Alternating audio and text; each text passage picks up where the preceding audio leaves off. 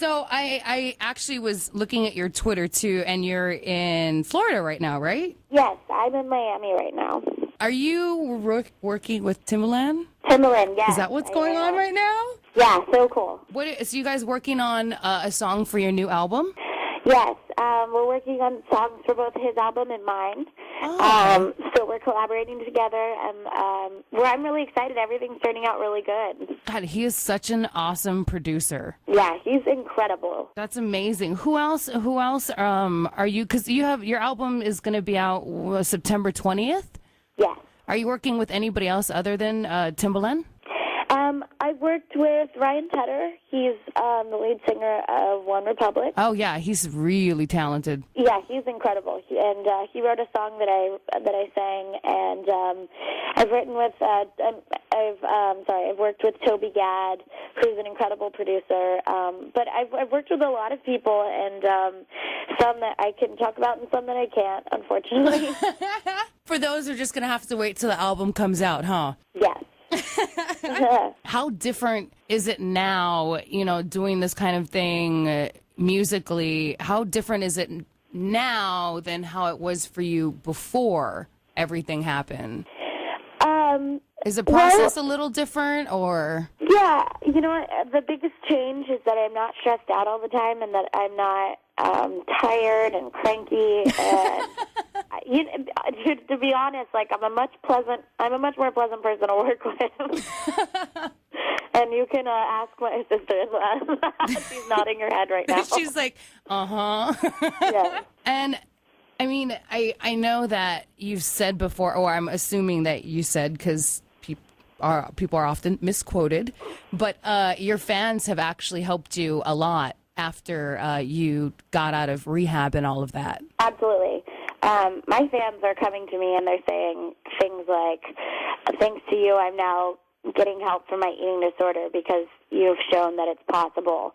And same with cutting, which was another issue that I was in there for. I was in there for eating disorders, cutting, and bipolar disorder, and and some trauma. I've had trauma things that happened, but they are telling me, thanks to you, I haven't cut in a year or 4 months or however many, it's just incredible. They're incredible. How did you decide to actually come out and share your story like that? Because a lot of people, they're embarrassed by it, or they just don't want people to know. They're afraid of people judging them, so they don't say anything. But you're out there like, look, this is what happened.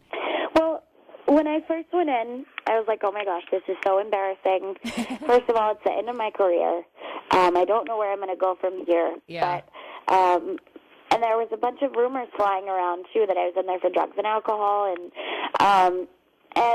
I not only did I want to set the record straight and be honest with the reasons why I was in there, because, one, I didn't want people thinking that I was in there for other reasons than I really was, because when you hear the word rehab, you think drugs and alcohol. Yeah.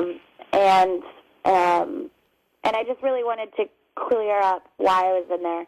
But secondly, I also wanted to I wanted to let people know why I was in there because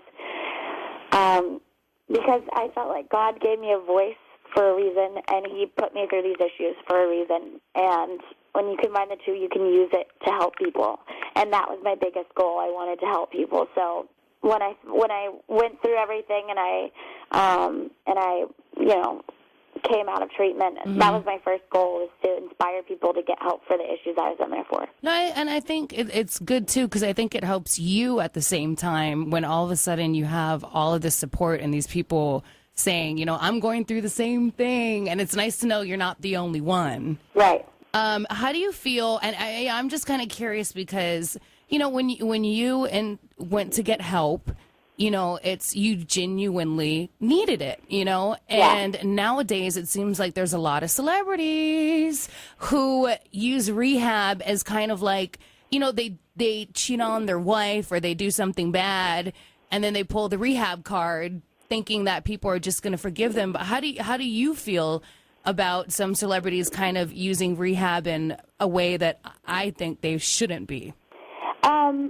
That's a very interesting question. I don't think that it's right for people to necessarily use rehab as a tool to get forgiveness from people. But at the same time, I have to think, are there other issues that people are dealing with that we don't know of? Mm-hmm. And better that someone go into rehab unwillingly than not go at all. That's true. At first I didn't want to go. I knew that I needed to, but I definitely didn't want to go. Yeah. And I went, and thank God that I went. I think people learn things from treatment that they don't learn in the real world. Mm-hmm. And I think as long as if people learn one thing in treatment, then it'll help them for the rest of their life. Mm-hmm. Well, and it could possibly save their life. We also don't know what's going on in those people's lives either. That's true. But rehab won't cure you if you're a douchebag.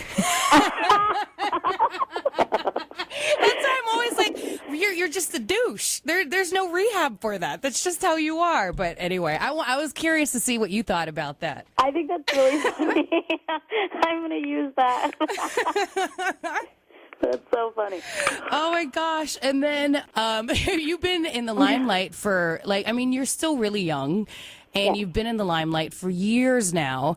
And after going through everything you went through, did your perspective of paparazzi and gossip sites and that part of celebrity, did that change for you? Yeah, it changed definitely. Because at first I thought people either like you or they don't.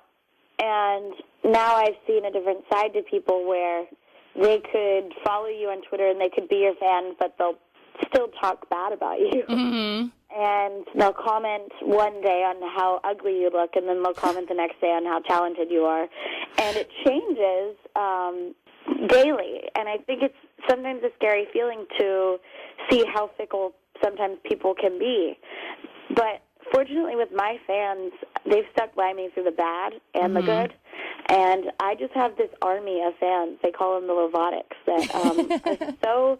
They literally are. They're like an army. And they're actually the reason why I'm in Miami working with Timbaland, because Timbaland asked people on Twitter who he should work with next, and my fans attacked him. That's awesome. Yeah, so it was really great.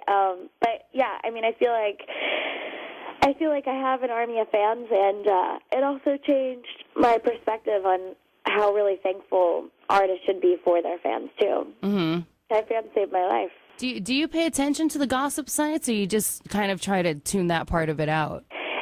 It's hard to tune it out when you're a fan of Perez Hilton.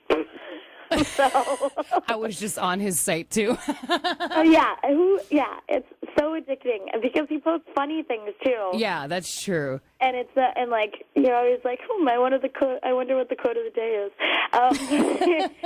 But no, I'm aware of the rumors that are out there because sometimes I have a publicist and I have a manager and they ask me if they're true, or my mom will come to me and be like, "Are you dating this person?" And I'm like, "No, I don't know where that came from." So sometimes I'm aware of what's out there, but I think what's dangerous is when you're looking at an entry on a blog site, and you're like, well, I wonder what just one comment would say, and you read it, and it's bad, and then you're like, well, maybe I'll read 5 more to see if there are good ones, and then you end up reading all the comments, and then the one that sticks out was that first one that is so horrible, and it just bums you out. You're like, gosh, I worked so hard. I was in hair and makeup for 2 hours. I really wanted to look good, and I thought I performed awesome, and haters are gonna hate. Exactly. You just have to be accepting of you're not going to please the world, Yeah. But you can inspire people and you can hopefully save lives, and that's what my purpose on earth is. That and I'm so glad that you came out with all of this. And I'm really, really excited to hear the new album. Your first single, Skyscraper, is so popular. And then, Jordan Sparks did the cover on YouTube, which was awesome. Yeah, it was beautiful. Yeah. So what can your fans look forward to on the new album coming out? What they can look forward to is, well, it's kind of all over the place. I try to sum it up and say, it's more R&B, it's more pop. But to be honest, there are more songs like Skyscraper, and yet there are dance songs that are, could be played in clubs. Mm-hmm. So all over the place, but I love it because that's kind of where I am musically. I don't listen to just one genre of music. And to be honest, I'm kind of all over the place. So I definitely think that there's not really a specific way to describe my album. Maybe that'll change while I'm down here. We'll have more songs, and I can, decide which ones are going to make the album, and then I'll be able to come out with a clear description. But for right now, there's not really a description. We're going to have to wait and see. Yes. Well, thank you for taking the time out to chat with us. Thank you for taking the time out to chat with me. That's a very lovely Demi Lovato, and don't forget her new album is going to be dropping on September 20th.